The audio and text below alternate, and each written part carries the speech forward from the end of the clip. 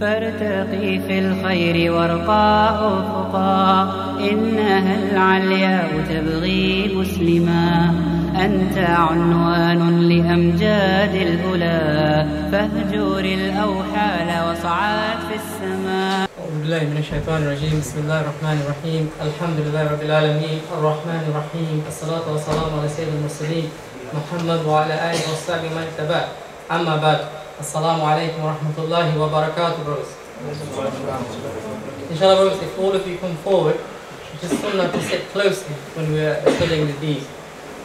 Apologies for the delay in starting. We said 7 o'clock, so we're 10 minutes late, so please accept our apologies.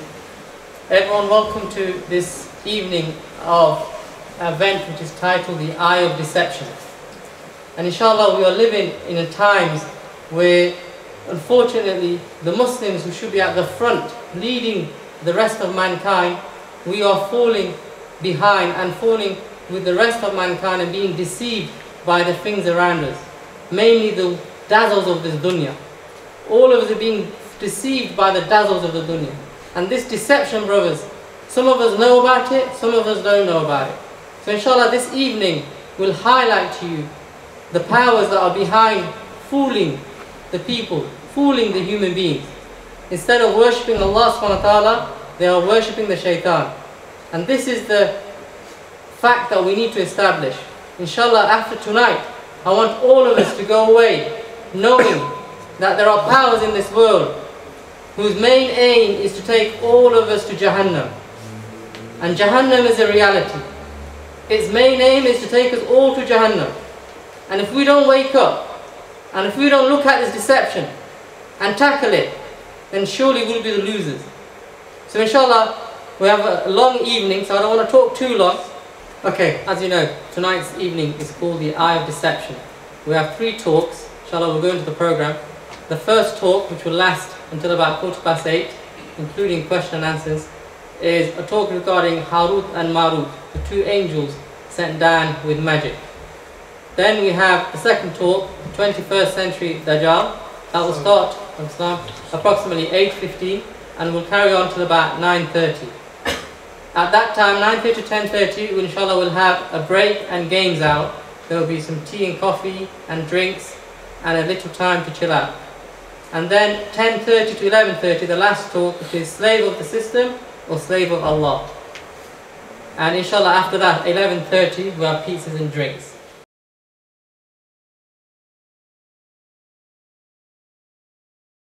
So I'm going to start inshallah without any further ado to introduce you to the first speaker, who is brother Abu Ibrahim, next to me sitting here. And inshallah he's going to do the talk about Harut and Marut. And Abu Ibrahim is a khatib at Fulham Masjid in West London.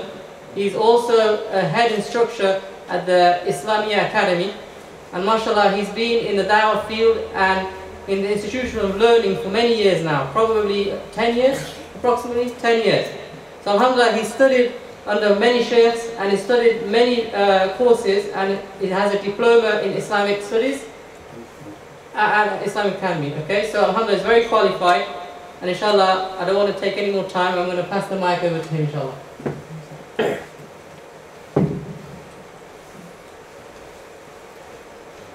إن الحمد لله نحمده ونستعينه ونستغفره ونعوذ بالله من شرور أنفسنا ومن سيئات أعمالنا من يهده الله فلا مضل له ومن يضلل فلا هادي له أشهد أن لا إله إلا الله وحده لا شريك له وأشهد أن محمدا عبده ورسوله صلى الله عليه وعلى آله وصحبه وسلم يا أيها الذين آمنوا اتقوا الله حق تقاته ولا تموتن إلا وأنتم مسلمون واعتصموا بحبل الله جميعا ولا تفرقوا قل إن صلاتي ونسكي ومحياي ومماتي لله رب العالمين لا شريك له وبذلك أمرت وأنا من المسلمين.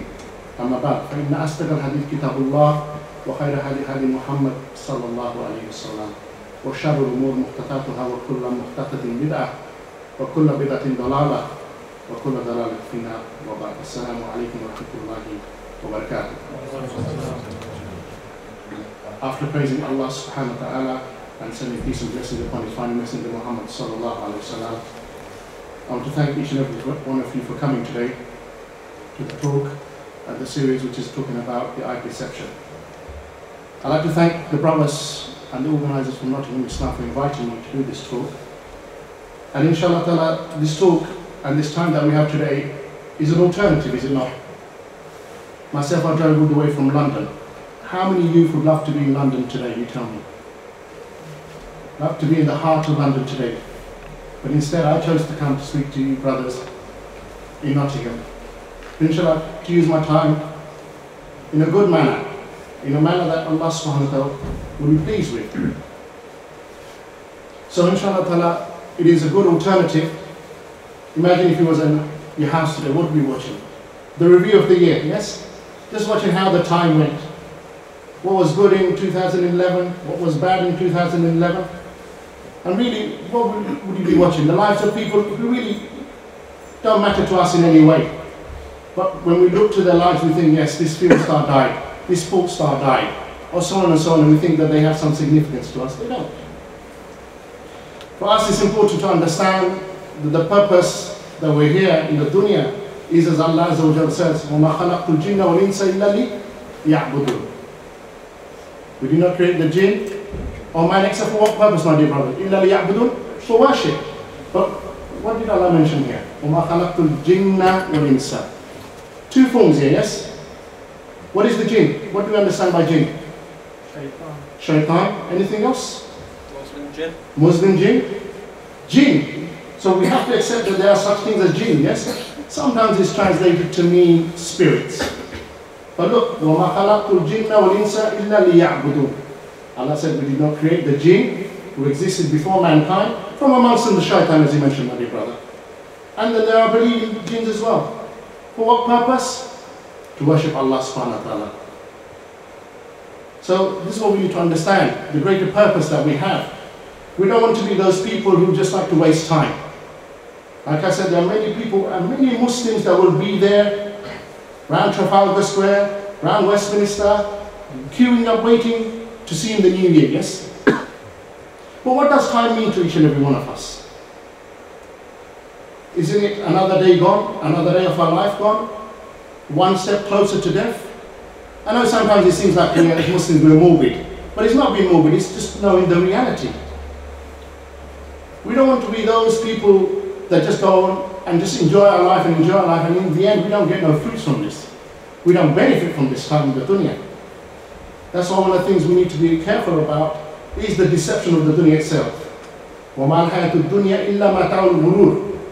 Allah Azza wa Jalla is saying this, that verily the enjoyment of the dunya, the life, the worldly life that we have, is a deception in itself. Is a deception in itself. The way you live your life and you enjoy your life is a deception. Who is saying this? Allah Azza wa Jalla. So it's got to be something that we have to be very careful of. So that's why, inshallah ta'ala, I hope we benefit from the time we have today. And Allah gives barakah, blessing to this majlis. Because we're here for the sake of what? To take some benefit. Is that not the case? You're here to listen about the topic of Harut and Marut, yes? Hands up who've heard this topic before. Okay. Hands up those who haven't.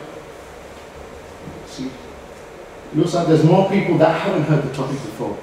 So even if I say anything on this topic, as long as I give you the reference from the Quran and the Sunnah, you're going to take some knowledge away with you, are you not?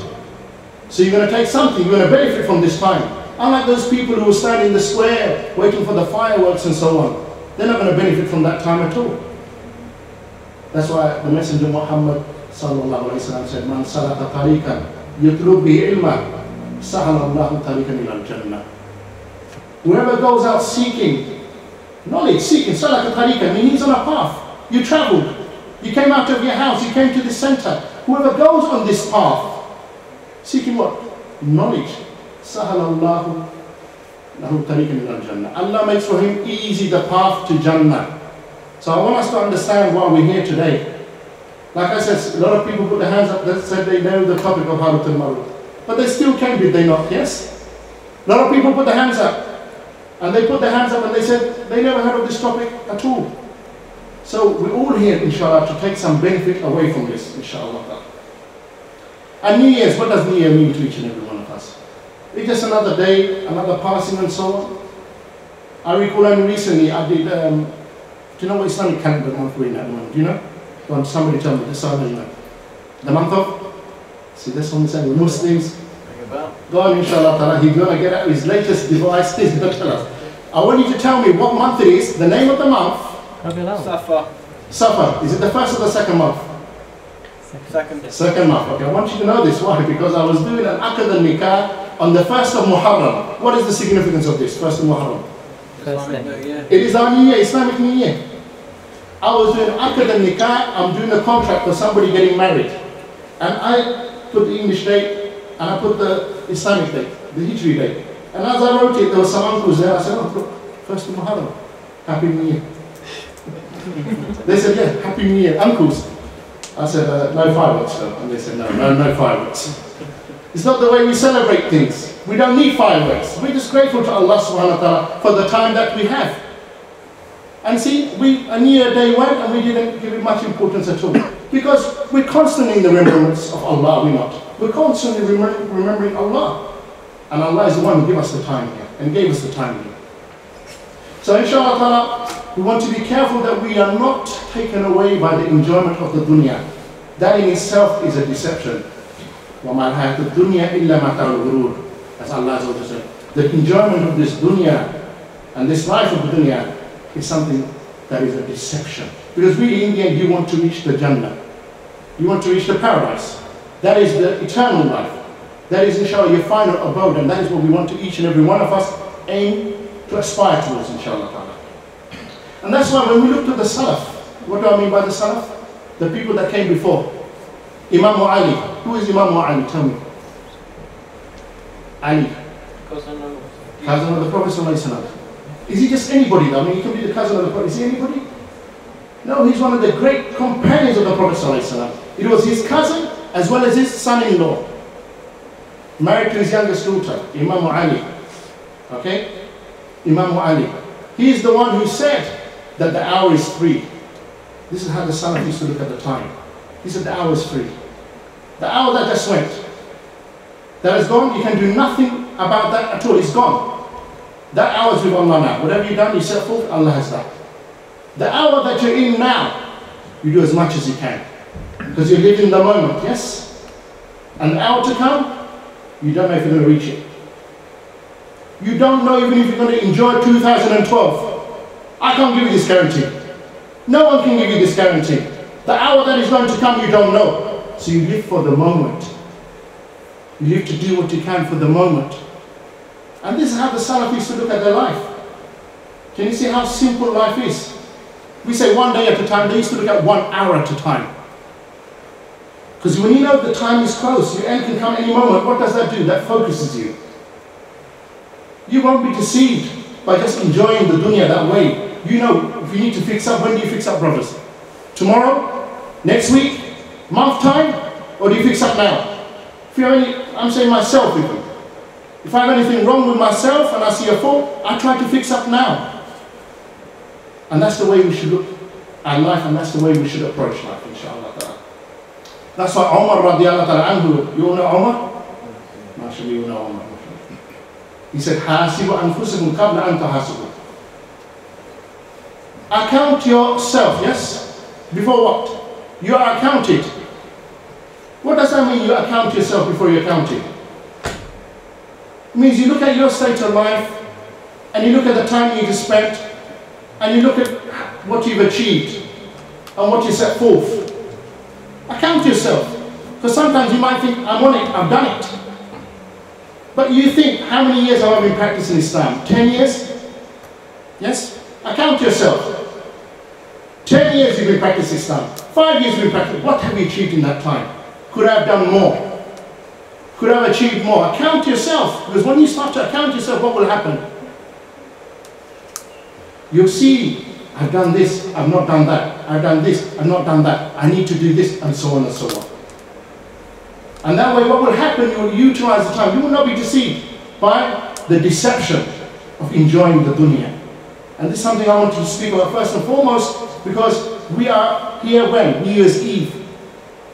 New Year's Eve, tomorrow is New Year's Day. It's all to do with time. And people like to be preoccupied by times. That's why in Islam we don't have many celebrations. What are the two main celebrations of the year, brother? Eid and Eid. Eid and Eid, mashallah. Take your pick, which Eid do you like? This Eid or this Eid? Khalas. Inshallah, when you get married, then we come to your walima. And then if you have a child, aqiqah. Khalas. These are only times I need to know. Very simple life. But then what do you have here in this society we live in? New Year's Day, then what? Valentine's, then what? Easter, and it continues and continues. Don't be deceived. Use your time wisely, inshallah. This was something that I wanted to say as nasiha, as advice to each and every one of you. But inshallah I want it to be linked to our topic as well, because deception, which is the main topic of the night, is something that we have to be very careful about. Many ways that we can be deceived. And it's important for us to understand. And one of the deceptions that the brothers have chosen as a topic is the topic of sihr, which means magic.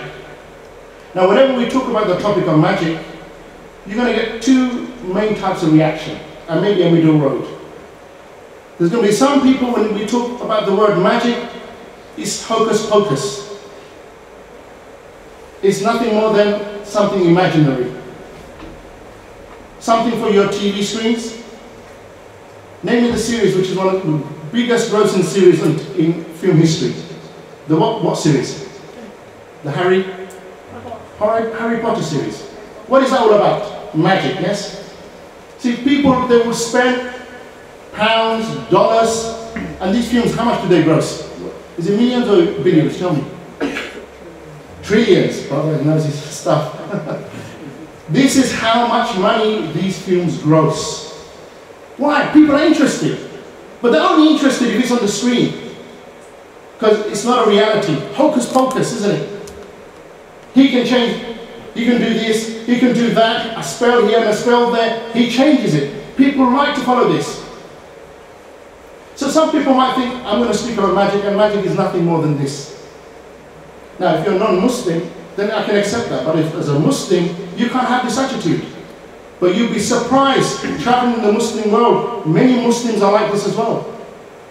You mention to them magic, they think it's nothing more than hocus pocus. You tell them that there's evil spirits that can harm you, they say nothing more than hocus pocus. They don't accept these sort of things. And you will be surprised. You would be surprised that this is the attitude. So we don't want to have this attitude today, because this is the wrong attitude. Why? Because you're going to be deceived. It exists, is a reality. So this is one aspect of how people look to magic. The other aspect is what? I mean, firstly, to see some relevance of this topic today, does anyone know anybody who's been affected by magic? I'm going to give names. Okay, so one more. Do you know of any families, or you just heard of people affected by magic? See, that's what I'm saying. Living here in the West, you might think that this sort of thing, magic, is the imagination of people. When you go and travel the Muslim world, don't think that the Muslims in the world are just here in the West. We're 1.5 billion Muslims. You travel to Asia, you travel to Africa, even the Middle East, what will you find? The Ummah is plagued with this. It almost becomes part of their culture. People become obsessed with this. So here in the West, it's hocus pocus, it's films. No one's concerned with this, and you may not think there's a relevance in this topic at all. But I'm saying for the greater Ummah, when you look to the extent of Africa, and you look to, for example, Asia, you will find the Ummah is plagued with this magic. You're asking me what kind of magic is this, or how does it work? Inshallah, we're going to come to this, inshallah. But that's the other extreme. To the point you find some people, their life is plagued with these sort of things. Everything is either what? Sihr, jinn, or ayn. It becomes magic, it becomes being possessed by jinns, or it's the evil eye. And you find these people, they're in a state of torment constantly. Inshallah, what we're going to speak about today is to give a middle ground. But have you been watching TV recently? You know the old tricks, magic, what would they used to be? Pull a rabbit out of a hat and so on, yes? Some of the great magicians nowadays are not those type of magicians anymore, are they? Have you heard of David Blaine? Okay, this guy Dynamo from Bradford, not far from me. Have you heard of him? Okay, I watch a bit of TV, inshallah ta'ala. Maybe for research, inshallah. David Blaine and Dynamo, what type of tricks do they do? You tell me. Are they the usual rabbit out the hat? Or... No, what sort of things do they do? I mean, where I'm from London, David Blaine was stuck in a box for how many? Do you know how long? Weeks. He had no food, no drink. He was just stuck in this box, hanging by a crane. It's like feet of superhuman feet. That's what he was doing. He was going to the crowd and he was being levitated. Do you understand what I mean by levitated? Just rising from, like, it's like this. But if I move my hand, the bottle just stays there. It just lifts. This guy, Dynamo, like I said, from Bradford, not far from here, inshallah. What did he do recently on TV? He walked on water. Now, you see those sort of things, and you think, whoa, this is a little bit more than a rabbit out of a hat. How can somebody levitate? How can they walk on water? And there was even a scene where he just walked through glass. You think, what's going on here? Magic is no longer this hocus pocus spell thing. It's something that bedazzles the people. You look at that and you think, whoa, how do you do something like that? Surely, because that's what magic is there for, is to make you ponder. This man has power, how does he do such a thing? See, so magic becomes business, but he has a darker side, inshallah. I'm going to speak about the darker side now, inshallah. So, the darker side of it is there is a reality. Like some brothers at the back, they said they know people that are afflicted by it. And they can see that it destroys families. So now we need to define what sihr is in itself. Sihr in Arabic language means khafi. Khafi, which means what? Hidden. Sihr, magic is something hidden. That's why you never see how magic normally is done.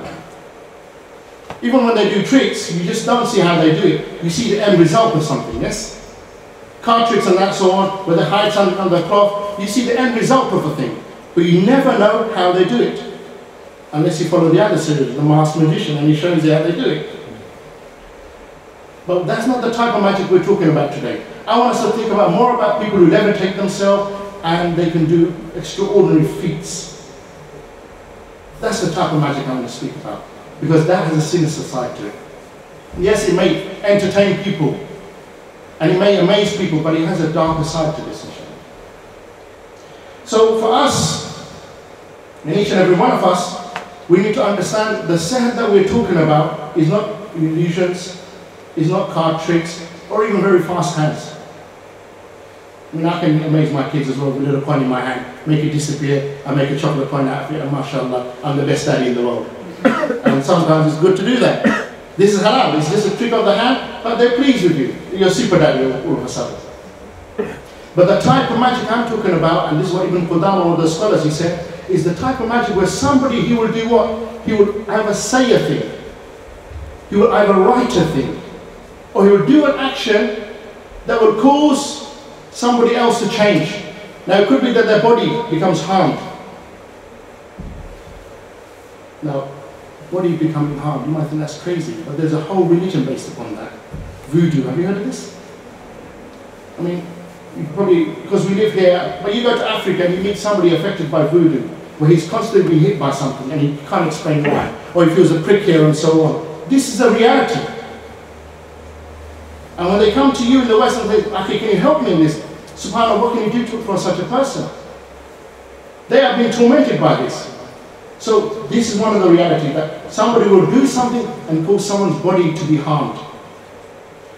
Much more than that, the sihr is the thing that can go to your heart. So somebody is either saying something, writing something, or doing something that's causing your heart to be affected. How can heart be affected? This is one of the great cases of sihr that you have. Tafriq, zawj wa zawja, the separation between husband and wife. All look very young there, so unless you're married. Are you married? You married? You married? Not married. A few years' time, inshallah. Inshallah, inshallah. Married brothers, inshallah. Okay, so the majority of you, mashallah. See, one of the things that happen is when people get married, there's a lot of envy involved. So people try to do magic to break them up. Now you may think, oh, I can't understand this. How can somebody break like that? Well, you meet a brother that comes to you, he says he's been married for 16 years. He's got 8 children. And now my wife doesn't want me anymore. I don't know what happened.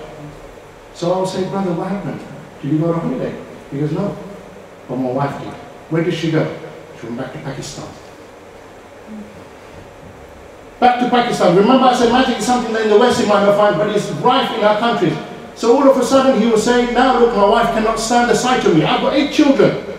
I spent 16 years with her. Now she doesn't want to spend a moment with me. She's kicked me out of the house. Destroys families. The funny thing is you try to help this brother, yes? You're going to try to help him. So you say, okay, how can I help you? You're the same person. I need to see the person that's been affected. Bring the person to me. What will happen? When he goes and he says to his wife, look, I have a sheikh who can come help you. You've been affected by sihr. She will say, what are you doing? Get away from me. She'll think you're even more crazy now. Affected her heart to the point she doesn't want to know anything. Or it can even affect the aql. Aql is your mind. This is the heart, talking about love and so on. But the mind, you can turn someone who's totally sane, one of the most cleverest people you know, and become what? Like a vegetable, as they say. And you might think, what are you talking about here? If I tell you I met people who are alim, amongst the scholars, hafiz of the Quran, and their family call us and say, can you come and help us a little bit? Give some nasiya, what should we do in this situation? Hafiz of the Quran, you think this man memorized the Quran? How can this happen? So this is the reality I want to speak about today. This is the reality that is something that can affect each and every one of us. Because it is there in the community. So Harut and Marut, the brother asked me to speak about the topic. What is the whole story about Harut and Marut about? I mean, who are Harut and Marut in the first place? Those brothers, they're angels, yes? Where do we hear about them? We only hear about them once in the Quran. Let me tell you what Allah Azza wa Jalla said, and then inshallah we will discuss this in more detail. Allah Azza wa Jalla said in Surah Baqarah, وَاتَّبَعُوا مَا تَتْلُو الشَّيَاطِينُ عَلَى مُلْكِ سُلَيْمَانَ وَمَا كَفَرَ سُلَيْمَانَ وَلَكِنَّ الشَّيَاطِينَ كَفَرُوا يُعَلِّمُونَ النَّاسَ السِّحْرَ وَمَا أُنزِلَ عَلَى الْمَلَكَيْنِ بِبَابِلَ هَارُوتَ وَمَارُوتَ. Those of you who know your Quran in Arabic will know that what Allah Azza wa Jalla said in this verse is, وَاتَّبَعُوا مَا تَتْلُو الشَّيَاطِينُ عَلى مُلْكِ سُلَيْمَانَ. And they follow nothing other than what they said was the kingdom or the rule of Sulaiman alayhi salam. Who's Sulaiman? Solomon. King Solomon, everyone heard of King Solomon? Even obviously it's in biblical texts and so on. What is the fighting going on in Jerusalem about at the moment? Why do they want to destroy Masjid al-Aqsa? So that they can build the temple of Solomon. Do you know this? You don't know what the fighting is going on about in Jerusalem. They want to destroy Masjid al-Aqsa, the third holy mosque in Al-Islam, so that they can build the temple of Solomon. Why? Because they say when Solomon comes and this temple is built, then what will happen? Our Messiah will come. Who is the Messiah? The Messiah of the people? No, it's not even Jesus. Because who is it that wants to build the temple? The Jewish people. So let's look to this verse. What does Allah say? وَاتَّبَعُوا مَا تَتْلُو الشَّيَاطِينُ عَلَى مُلْكِ سُلَيْمَانَ وَمَا كَفَرَ سُلَيْمَانَ وَلَكِنَّ الشَّيَاطِينَ كَفَرُوا. Allah said that they say that they follow Sulaiman and Solomon, but they're not following Solomon.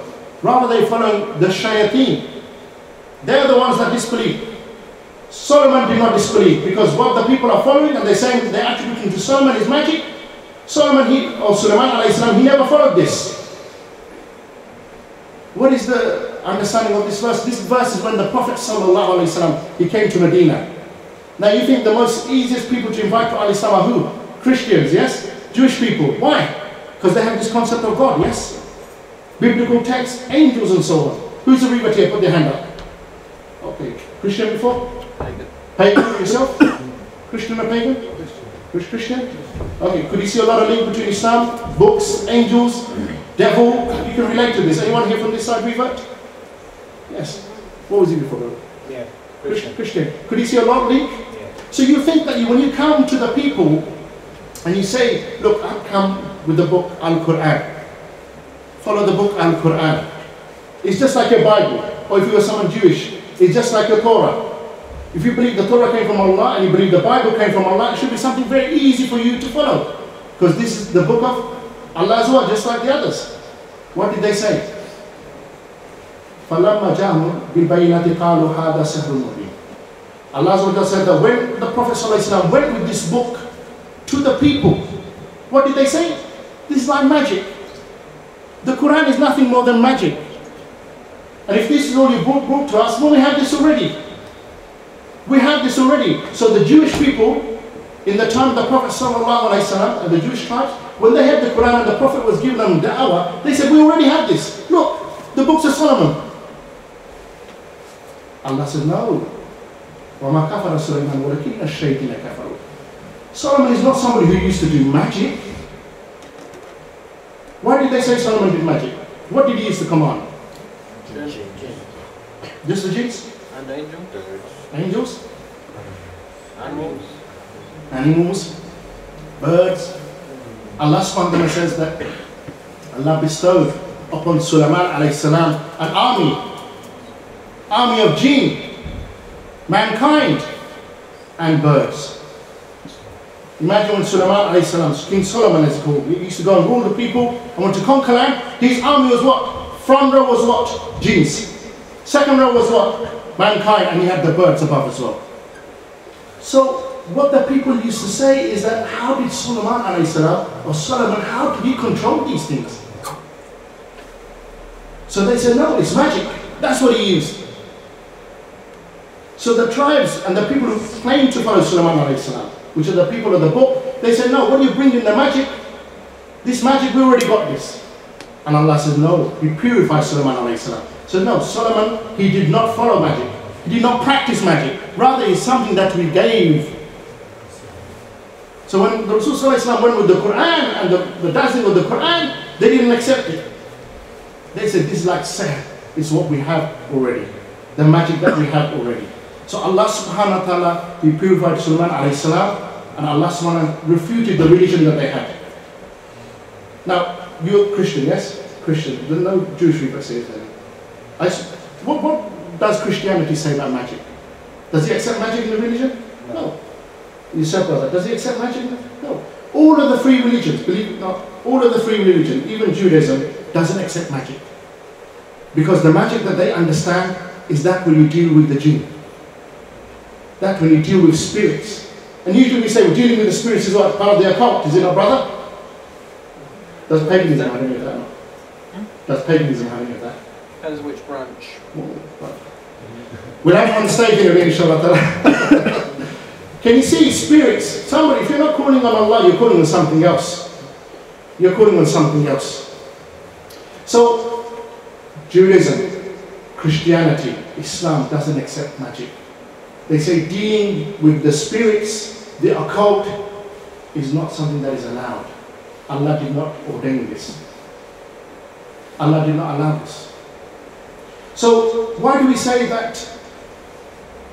And Allah mentioned in this verse, وَمَا أُنزِلَ عَلَى الْمَلَكَيْنِ بِبَابِلَ Harut وَمَارُت. That which was revealed to the angels, Harut and Marut. What do we understand by the nature of angels? See, one of the other things that you find in the movies, the big concept, and they like to promote this a lot, is fallen angels. I was nodding at the back. One film, if you've seen it, Legion, talks about Mikael alayhi salam. He's upset with God. Yes, you've seen this, yes? I'm only mentioning just so you can understand it. He's upset with God because the way he treats humanity. Angel is upset with God. Now, there's something wrong already there. We say Bismillah ar-Rahman ar-Rahim. What do we say in the name of ar-Rahman? The most beneficent. Ar-Rahim, the most merciful.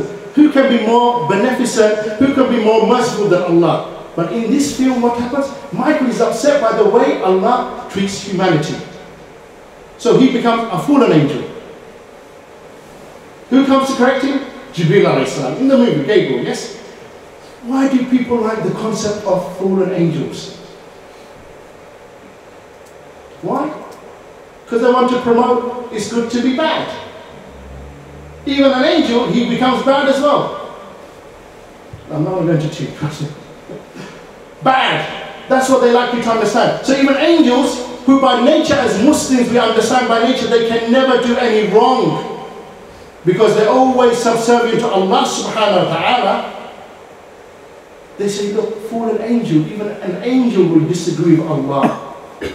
And angels are beings that see Allah subhanahu wa ta'ala. Subhanahu wa ta'ala. They are in the company of Allah subhanahu wa ta'ala.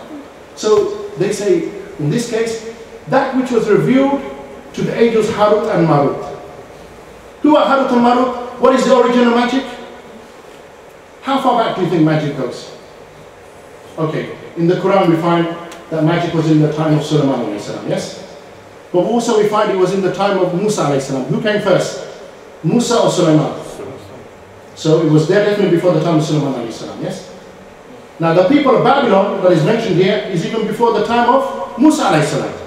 Because when Moses came, he found the people already practicing magic. Is this not the case? When Musa alayhi salam went to Fir'aun, Allah said, "Idhhab ila Fir'aun innahu tagha." Go to Fir'aun, he's gone beyond the limit. What did Fir'aun say? What did he say? Ana rabbukumul a'la. I'm your Lord Most High. Fir'aun, he said to the people, I'm your Lord Most High. How can you make people believe that he's Allah? What do you do in front of the people? What do you do, my brother? Magic. Magic. The Pharaoh had magicians, lines of magicians. His close companions were magicians. One after another, they would do tricks to the people. Bedazzle the people. And because the people were mesmerized by this, he said, Ana rabbukumul a'la. I'm your Lord Most High. The people believed this. Because of the extraordinary feats that they were seeing in front of them. So magic wasn't in the time of Sulaiman alayhi salam. And we can date it back to Musa, but it was even before then. That's why these angels, when they came to the people of Babylon, which is Iraq nowadays, part of it is in Iran, Babylon, when they came to the people in the form of men, when they got whiff that there's some knowledge come, that these angels have something that can cause people's heart to change, cause harm to come to people and so on, the people rushed to them. The people came to these angels who were in the form of men and they rushed. What did they say? They said, teach us magic. So the angels, when they saw the people come to them, what did they say? وَمَا يُعَلِّمَانِ مِنْ أَحَدٍ حَتَّى يَقُولَ إِنَّمَا نَحْنُ فِتْنَةٌ فَلَا تَكْفُرْ. We've been sent to you. Verily we are a fitna, we are a trial. Allah gave this knowledge. Allah gave this knowledge to us, but we're not going to teach you. So don't disbelieve. Reject this knowledge that comes. It's a test. It's like riba, yes? If you want to make money, what do? Put money into an account, high investment, do nothing what happens to that money. Interest rate. You might earn money, yes? You earn a lot of money. Put into shares. You save money, you've done nothing for it. Those shares give you a lot of money back, yes? You've gained, have you not? You've gained a lot, yes? From doing nothing. People become millionaires overnight. But Allah subhanahu wa ta'ala, He made riba haram. But He made trade halal. So just like that, you have some, maybe you have some knowledge of certain things. But it doesn't mean that you're going to necessarily benefit. So when the people found out that the angels knew the knowledge of magic, they rushed. They said, we're not going to teach you, we are fitna. We came as a trial to you. فَلَا تَكْفُرْ. Don't disbelieve. The people, they were insistent. The people are insistent. Then what happened? The angels, when they found that the people would not let up, this is how they taught people magic. Now remember this, because Ibn Abbas, he said, Allah did not reveal any charms or anything that the angels had to do in the way of teaching people magic. I mean, magic wasn't sent with them, and nor did they come actually teach the people. But rather what happened is this. Say a man wanted to learn magic. The angel will say, look, this is kufr. وَمَا كَفَرَ Sulaiman, because Sulaiman didn't disbelieve like this. The people said, we are insistent, we want to learn. What happened? The angels would say to this person, there is some ashes over there. If you really want to learn this knowledge, go and urinate over it. So the people they would go. And when they used to urinate, what happened? They used to have the nur of light on their face. It would be changed by darkness. So the light would go from them, and a black smoke would come, envelop them, and their whole demeanor would change. So we're saying from nur to darkness, from light to darkness, the whole demeanor would change for these people. And then the shaitan, they were waiting in the cave. So all the angels would do is, because these people proved that they were not going to have iman anymore, they rather live upon kufr and gain the small benefit in the dunya by selling the akhirah, then the angel will say, if you go further, you will find a shaitan waiting there for you. Jinn. Bad jinn. It has all of the knowledge. It has all of the knowledge to teach you how to change people's heart, how to cause disease, even to the point of make people go mad. And that's why we have to be careful. People will do this. Love potion. Have you heard of love potion? Have you heard of the love potion? No, single brothers here. I'm sure you're thinking, how are you going to get married? Love potion maybe. No. This stuff, black magic, white magic, kullu kufr. It's all of it is kufr. It's not allowed. But some people, they do this. They think, I can entice this girl. Or this girl will think, I can entice this boy. And they will go to someone, a magician. And they will say, make up a love potion for me. And they will do this. And any form of magic like this involves spirits. So what will happen? You will go and affect the person. Instead of this person liking you, the person may do something else or so on. Or he may show some inclination to you for a short while and then you become mad. I mean, a lot of things go wrong in this case. But who caused this? You. Because all you wanted was a bit of love. Can you see? Many people do this. Or sometimes what will happen between people is they will get married and all of a sudden the mother thinks that this daughter-in-law is no good anymore.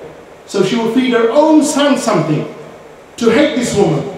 So maybe we can divorce this woman and find a better wife. This is the thing that the Prophet ﷺ told us to be very careful about. The Prophet ﷺ, he drew a line on the sand once. And he said, Hada sabil Allah. This is the path of Allah subhanahu wa ta'ala. One straight path, yes? Ihdina sirata mustaqim. Guide us to the straight path. He drew one line and he said, this is the path of Allah subhanahu wa ta'ala. Then the Prophet ﷺ, he drew many other lines to the left and to the right. And he said, Hadihi subul. These are the paths. Mutafarika. They're very different paths. Ala kulli sabil minha shaitan yad'u ilayhi. Prophet ﷺ, he drew a straight line and he drew many other lines either side of this. And he said, these are other paths. There's only one straight path, one path of Allah. These are other paths. And upon every path that you find, that what do you find? A shaitan waiting for you. A devil waiting for you. What is he doing? He's saying, come closer to me. I'm mentioning the issue of seher today. But this is the same when we talk about zina, which is to have adultery, to fornicate, to deal with riba, to deal with interest. All of these are the different paths. The shaitan, he just wants you to make one step. And then what will he do? He thinks you're trapped. He'll bring you closer to him. So, the Prophet ﷺ warned us about trying to find other paths in the paths of Allah subhanahu wa ta'ala. And that's why the shaitan will come up with many different things to try to cause you to be far from Allah subhanahu wa ta'ala. And seher is one of the things that we want to mention, inshallah. So we said that seher and the origin of seher even comes back from before the time of Musa ﷺ. And then we said also that the angels that came, and that are mentioned in this verse, no angel will ever teach you magic. Because magic is what? What is the hukum of magic? Is it belief? Is it halal, haram? Belief, disbelief? Disbelief, kufr. It is something that takes you outside the fold of al-Islam. So no angel would come and teach you this. Rather, it will only be a shaitan. Because shaitan is what? Adun Mubin, he's an enemy, plain enemy for each and every one of you. And he's the greatest of deceivers. Is he not the greatest of deceivers? Okay, you and I may deceive. We can be easily deceived. But to deceive a prophet, deceive Abu Bashar, the father of mankind. Who is the father of mankind? Adam alayhi salam. he was dwelling in a place much better than you and I today. Though I like Magic, mashallah, it's quite nice. In the heavens, Allah said, وَلَا تَقْرَبَ هَذِهِ الشَّجَرَةَ. Don't go anywhere close to this tree. فَتَكُونَ مِنَ الظَّالِمِينَ. Because you will be from amongst those who have become oppressed. They're wrong. Don't do this. One command Allah said to Adam alayhi salam. Don't eat from this tree. Don't take a bite from the fruit. Who came along? The Satan came along. Do you know the words he used? He didn't say, I'm the Satan. I'm on the one, the other side of Allah subhanahu wa ta'ala. You've got the camp of Rahman and the camp of Shaitan. He didn't say that. He came and he said, you know what I am? I'm a sincere advisor to you. You know the reason Allah doesn't want you to eat from this tree? Do you know why? Maybe you become an angel. Maybe you get everlasting life. That's all it is. The reason God doesn't want you to eat from this tree is for those reasons. I am someone sincere to you. This is the way Shaitan works. Whenever you find a salesman come through your door and you end up buying that thing you never wanted, trust me, he used the same technique. He bedazzled you. You end up buying this Subaru and he hasn't even got cyclone inside. He's still using the old bag. Can you see? You think, how did he do that? Sincere advisor, this is the best Subaru in the world. This is what you're going to get. This is the trick of the Shaitan. So be very careful, my dear Muslims. This is how it works. Though we're talking about magic, I can mention this about drugs. I can mention this about alcohol. I can mention this about boyfriend and girlfriends. I can mention about many other different paths that the Shaitan would love you to lead because he takes you away from Allah subhanahu wa ta'ala. Because this is deception. The Satan is at war with you. And he uses any tactics to take you away from Allah subhanahu wa ta'ala.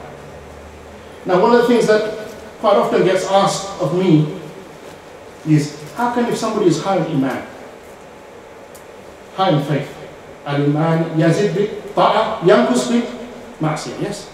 The Iman is something goes up and down. You know the belief you have in Allah and the love for Allah subhanahu wa ta'ala and the love for your Muslim brothers and so on. These sort of things will be constant, but sometimes you may feel high and low on your own close relationship with Allah subhanahu wa ta'ala. Now whenever you increase in the deeds, what will happen? You'll feel closer to Allah subhanahu wa ta'ala. But if you end up doing something evil, then what will happen? You feel low. I'll give you an example. If you're someone who used to pray in Jama'at, praying in the masjid with the brothers, you miss one Jama'at, look what happens. You pray on your own, do you find any khushu in that salah? Do you enjoy that salah anymore? No. Just like that. You used to go into a regular circle, yes? What happens? You miss one circle and you hear from another brother. Is it got the same taste as being there? Or is it different? Different. Do you increase by hearing that he went to the tomb? No, rather he increased because he was there. You missed it.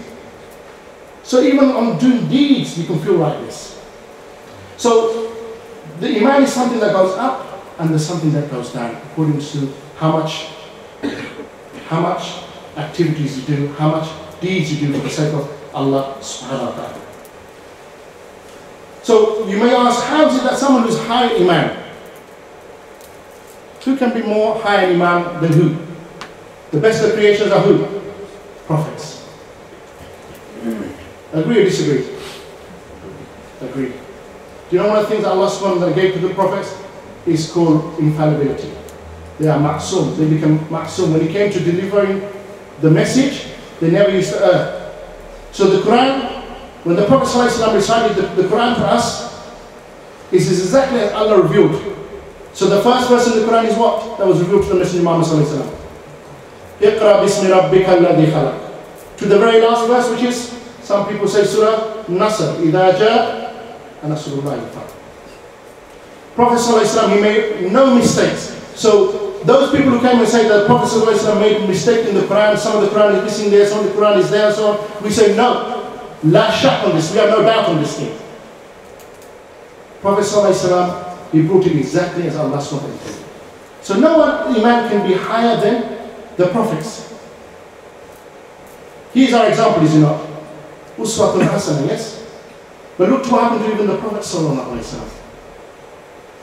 On one occasion, how many wives did the Prophet ﷺ have? 9. 9. At one time? Yes. Yes, one time. How many are we left now? 4. MashaAllah, you know your fish. Very good. How many you got at the moment? Okay, don't worry about it, inshallah. We're only allowed one in this country. Okay, inshallah. So, Prophet ﷺ had 9 wives. And one of the things, we're not shy to mention this, Prophet ﷺ would visit and fulfill the rights of all his wives on one night. This is what the Prophet ﷺ would do. SubhanAllah, superhuman. Yes. 9 wives, and brothers, this is a bit more than Weetabix, okay? Trust me. Okay? Prophet ﷺ 9 wives, and this is things that he would do. On some occasion, he would fulfill their rights on one night. MashaAllah. Okay? And my wife keeps reminding me. On one occasion, the Prophet ﷺ visiting his wives, and he just leaving after he visited them. How they would chat with them and left. So the wives are like, what's going on here? So, on Aisha, who was not shy to speak to the Prophet ﷺ, though one of the youngest of the wives, she said, Ya Rasulullah, where's my right? You didn't fulfill my right. The Prophet ﷺ goes, what? We just did it. Excuse me. Inshallah. We have just cohabited. She goes, no, you didn't even touch me. Prophet ﷺ started to think, what's happening here? So Aisha is the one that brought the problem to the Prophet ﷺ. He didn't even know. He thought he was already fulfilling the rights of his wives. Aisha said, no, you've done nothing with us. You've done nothing with me tonight. Prophet ﷺ is bewitched to think that he is cohabiting with his wives. So what happens? The Prophet ﷺ, he has a sleep and he has a dream. And in the dream there are 2 people. They come and they see the Prophet ﷺ lying. So the one at the head, he says to the one who's standing by the feet of the Prophet ﷺ, what is the matter with this man? What has happened to him? So the one who's standing at the feet says, he has become bewitched. How? The one who's at the head is asking, how? How did this person become bewitched? Verily there is a person, Labib bin Aqsa. He's someone who's close to the people of Medina, but he's a munafiq. He done some magic on him. How was this magic done? The question I asked, how was this magic done? Verily, some hair was taken from the comb of the Prophet ﷺ, and it was wrapped in a charm. Where is this charm now? It is in a well. Where in the well? At the bottom, under a rock. So the Prophet ﷺ, he woke from the dream.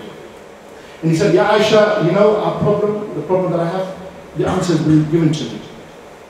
So he called for Ali, who's the companion of the Prophet ﷺ. And Ali, he went to this well, and at the bottom he found the charm. It was the hair within some bark from the date palm, and he was tangled up and knot. So Ali took off the knot, and he broke the charm, and slowly the Prophet ﷺ came out from this. Just to show you that bewitchment can happen to anyone. Now Aisha radiallahu anha, she said to the Prophet ﷺ, should I go and tell the people? Should I not go and spread the good news of how to cure yourself from this? The Prophet ﷺ said, no, don't tell the people this. Because I do not like that I spread mischief. I mean, to tell people how to do bad things. Because in the story it will come out how the person did the charm and so on. So the Prophet ﷺ said, no, don't go and spread this to the people. Rather, alhamdulillah, the Prophet ﷺ was cured. So just to show you that even if you are on high iman, not a guarantee that you're going to be protected, because the harm will come when Allah wills. So I want to conclude, because my time is coming close, by a small test. Remember I said we're coming for beneficial knowledge, yes? And I gave you a few stories and so on. But I want to know, how can we leave today and benefit from the topic of magic? Because I said in the West, a lot of people say it's hocus pocus, isn't it? Okay, I want hands up now, even you brothers at the back, mashallah. I'm going to go through a routine, because I said one of the things we want is to take away knowledge that can benefit us and our family and save us from the harm of magic. You guys all, brother, inshallah, you going to participate? Inshallah. Tell me who does this, and keep your hands up, okay? Who before they go to sleep does wudu? Put their hands up. Okay, because a lot of people, keep your hands up. Okay, I want to see who's going to stay. Who? And you can put your hands up, okay? I want to see. Who before they go to sleep, they do their kuls? Qul huwa Allahu ahad, Qul a'udhu, ya masha'Allah. More hands going up. Who before they go to sleep recites Ayatul Kursi, Allahu la ilaha illa. More hands going up. Okay. Who also does the last two ayat of Surah Baqarah? Do you know what I'm talking about? Last two ayat of Surah Baqarah. Okay, mashallah. Who also, when they go to sleep, they don't do anything else, now they turn over and they're right and they sleep. Mashallah. Mashallah. What? Thank you very much for participating. What this shows me is that a lot of people don't like to do wudu. But this is your first barrier, okay? Try and make this a habit. I know we want to go to sleep, and you just barely find the bedroom, yes? Now brush your teeth first, okay? Then do your wudu, inshallah. This is the first barrier. Do this, inshallah. Because this is the sunnah of the Nabi sallallahu alayhi wa sallam, and this is something he told us to do. Do your wudu. Then what do? Do your course. You blow in your hands and do your course, and then you wipe over your body. Recite Ayatul Kursi, the last two verses of Surah Baqarah, and then what? Go on to your right. You will be protected from harm, from spirits throughout the night. God willing. So this is one strategy that I want to do.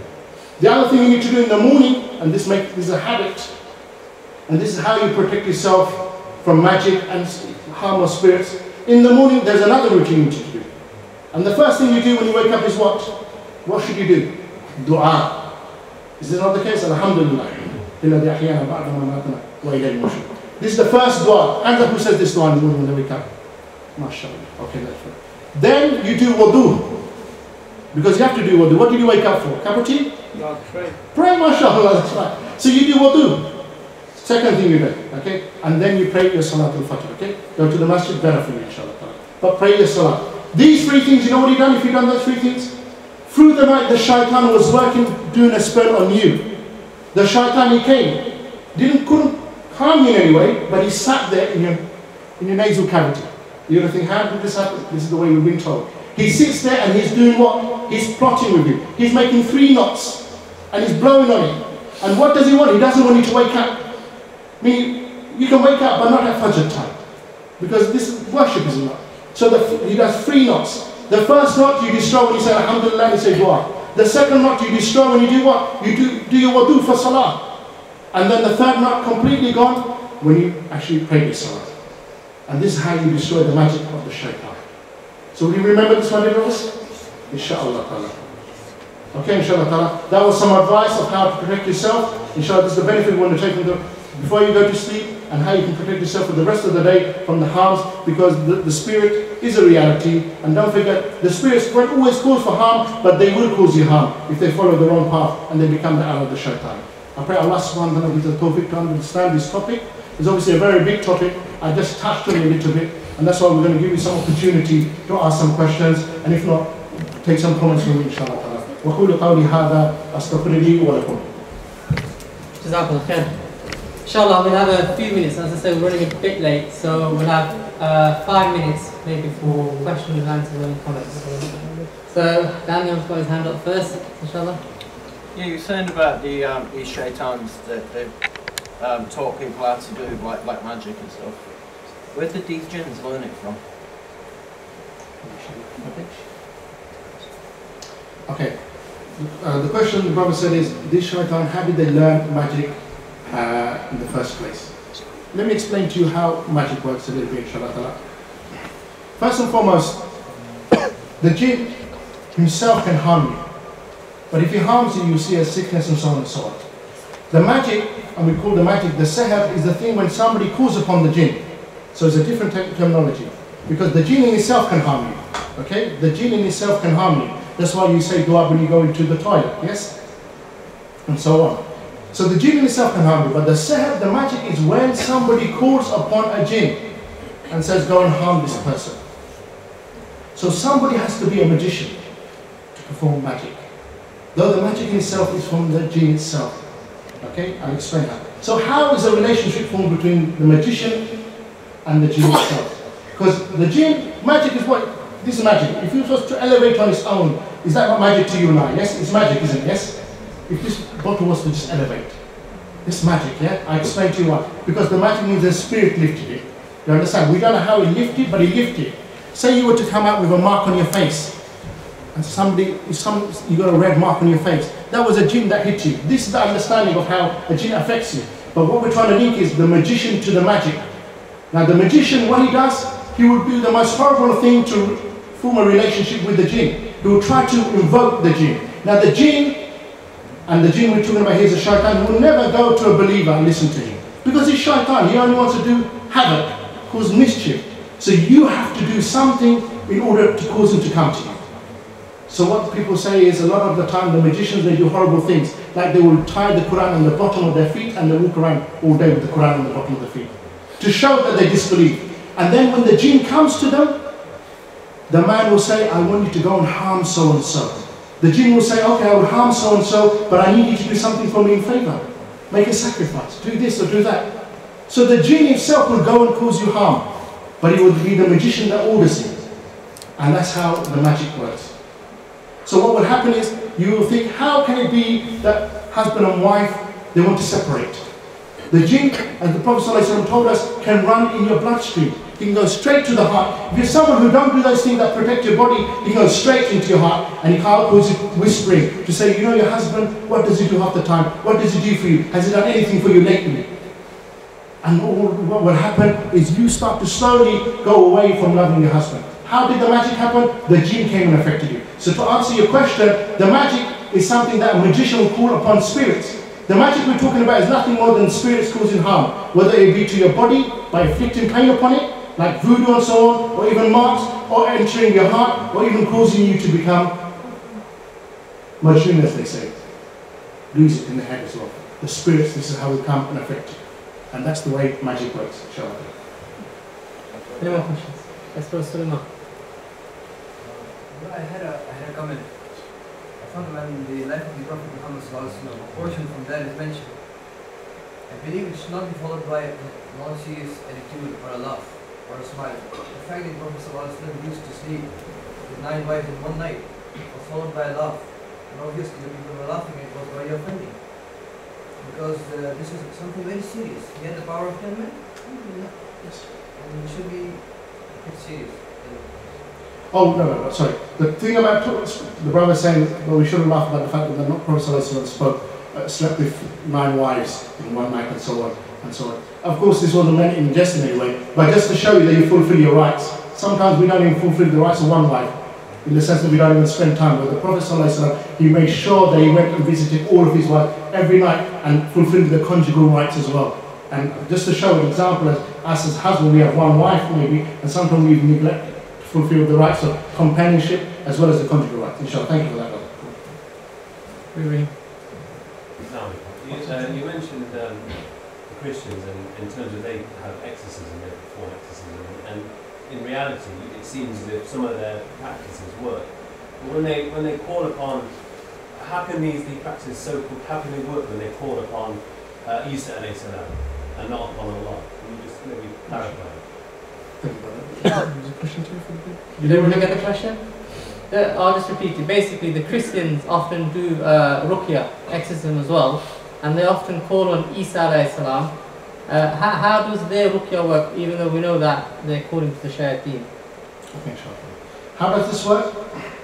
One of the things that Allah will test is whenever you're inflicted with anything like jinn or magic or even the eye and so on, is patience. So Allah will test you for limit. And we have a particular methodology in where you exercise, as the Prophet said. Exorcism is not something new and not something particular to Islam. Exorcism is where you call upon Allah in Islam, call upon Allah to free you from the harm. So you invoke Allah and you will chant verses and so on and so on. In Christianity they do similar things, but they call upon Jesus. It is not the case, brother. And other religions, they have similar things, where if you have a spirit, they will call upon their higher authority, which is whoever they believe in God and so on, because they know nothing can harm or benefit except Allah subhanahu wa ta'ala. So how does it work then that you see exorcism in Christianity? How is it that someone will go to a minister or pastor and he will recite something in the name of Jesus and the spirit goes and the person is cured? How does this work? Very good question, brother. Thank you for asking that. The way it works is, you've got to understand, the shayateen are all from one camp. If they're Muslims, they're in one camp, okay? But the shayateen, they're from another camp. And whether you're Christian, Jewish, or any other religion, it doesn't matter. They're all in one camp in the end. What they want is for you to die in other than the state of Al-Islam, other than worshipping Allah and submitting to Al-Islam. So what these jinns will do, they will do anything to convince people that there is a religion other than Al-Islam that is the truth. So even you'll find some Muslims, I'm talking about in the Asian subcontinent, they will go to Maulanas and people like that, Imams, to recite. They find no benefit from them, then they will go to a Hindu priest. Hindu priest recites only once, person is cured. You think, subhanallah. That's what you think, yes? This man cured it. But what you don't realize is that the spirit has only gone away temporarily. Because he's got the satisfaction that you're worshipping other than Allah subhanahu wa ta'ala. So when somebody says, oh, in the name of Jesus, and you think the person's cured, no, he's just gone away. He's left you for a bit, and he's left you with that seed in your head that other than Allah can help. And this is wrong. We've been taught by the Prophet specifically, إِذَا سَأَلْتَ فَاسْأَلِ اللَّهِ وَإِذَا اسْتَعَنْتَ فَاسْتَعِنْ بِاللَّهِ. If you ask of Allah, and if you seek help from who? Allah Azza wa Jalla. Even the Prophet didn't like people coming to the Prophet and saying, oh Rasulullah, help us do this, help us do that. He said, no, call upon Allah subhanahu wa ta'ala. So the way it works is these shayateen, they work in one camp. They're against Allah and they're against the believers and they're against Al-Islam. Whenever they find people, they will turn away from Islam. Anything that does that, then they'll satisfy that. And they're happy with that. I hope that answers the question. One more question, inshallah, and then we'll finish. Imran. I just want to know if you could let me know if this is true or not. I heard at the time of Sulaiman alayhi salam that people were practicing magic and he gathered up, he got all the books and he buried them under his throne. I just want to know if that's true or not. Everyone got the brothers asked the question is that at the time of Sulaiman alayhi salam, all the books regarding magic was collected and they were then buried. And the brothers asked him, is there any truth in that story? Yes, thank you for answering that question. What happened in the time of Sulaiman alayhi salam, remember the people were practicing magic before. And it wasn't just the magic that Sulaiman alayhi salam was concerned about. One of the things that the people said was that the jinn knows the ghaib. The jinn knows the unseen. So it's more like fortune telling as well, more like what will happen in the future. So people were mixing magic, fortune telling, forecasting the future, all of these things together. And they're writing books. And the people, instead of referring to the books of Allah subhanahu wa ta'ala, they're referring to these books. So when Sulaiman alayhi salam came and Allah gave him dominion of the jinns, the spirits, obviously Sulaiman alayhi salam had a deep insight into how people were working, trying to call upon spirits and so on. And it was inspired to him to collect all of these books. So Sulaiman alayhi salam, one of the things that he did, he collected all of the books, every one of them, that people were referring to. And he put it under his throne. Why under his arsh, his throne? The reason being is if any shayateen came anywhere close to that throne, what would happen to them, brother? You tell me. They would burn. So it was in a safe place. And Sulaiman alayhi salam on his throne, it was buried under his throne. No shaitan, no devil can come and take these books. Because these books were being used to deceive the masses. We're not just trying one or two people, masses, whole nations were being deceived like this. So when Sulaiman alayhi salam passed away, one of the things that happened, the shaitan came back to the people. Came back to the people and said to the people in a nice way, he said, do you want me to tell you about a treasure that will never be exhausted? Look at the words he uses. No, I'm going to give you some books of magic and so on. He said, treasure never exhausted. They said, yes. He said, come with me, follow me. If you go and look under that chair there, the throne, you'll find buried there all the treasure that you want. The people said to this person who was none other than the devil in the form of a man, you go and dig it up. He said, I can't go anywhere near that. You go and dig it up, and if my word is not true, you can kill me on the spot. What did the people go and find? They found all of those books. They started reciting these books, reciting these charms that were in there and so on. And what happened? Magic started again. But what happened? The people, they said this is orthodox. Because Sulaiman alayhi salam had this. And that's why Allah came and he said, وَمَا كَفَرَ سُلَيْمَانَ وَلَكِنَّ الشَّيَاطِينَ كَفَرُوا يُعَلِّمُونَ النَّاسَ السِّحْرَ. It wasn't Sulaiman, he disbelieved. Those books he only gathered were not the books of Sulaiman. These are the books of kufr, disbelief, that people were practicing, causing harm to each other by practicing magic. It wasn't Sulaiman that practiced magic, it was the shayateen. They taught the people with these books. And that's what Rasul came to clarify. And Allah SWT knows best. Thank you for asking that question. Inshallah, we'll start with the next one. Jazakallah, Ibrahim.